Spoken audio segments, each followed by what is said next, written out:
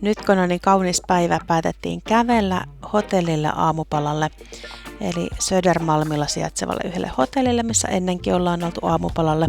Lähdetään tästä Viking Linein terminaalilta ylöspäin ja Folkungagattania pitkin ihan suoraan, niin päädytään Medborgarplatzille ja siellä on tämä meidän aamupalapaikka.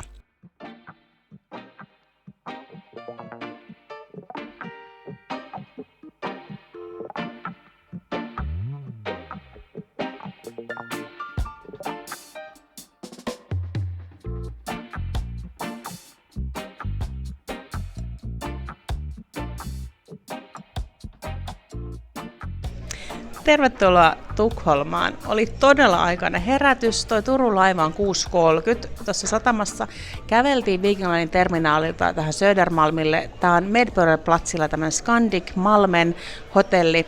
Ja tänne me aina tullaan yleensä aamupalalle, koska täällä on tämä hyvä hotelli aamupala ja täällä voi hengailla niin kauan aikaa, kun kaikki paikat aukeaa.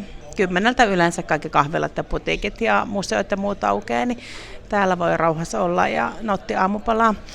Ja siis tämä makso, katsotaan mitä tämä makso. Meillä on nyt lapsi ja aikuinen, niin lapselta tämä oli 97 kruunua ja aikuiselta 195 kruunua.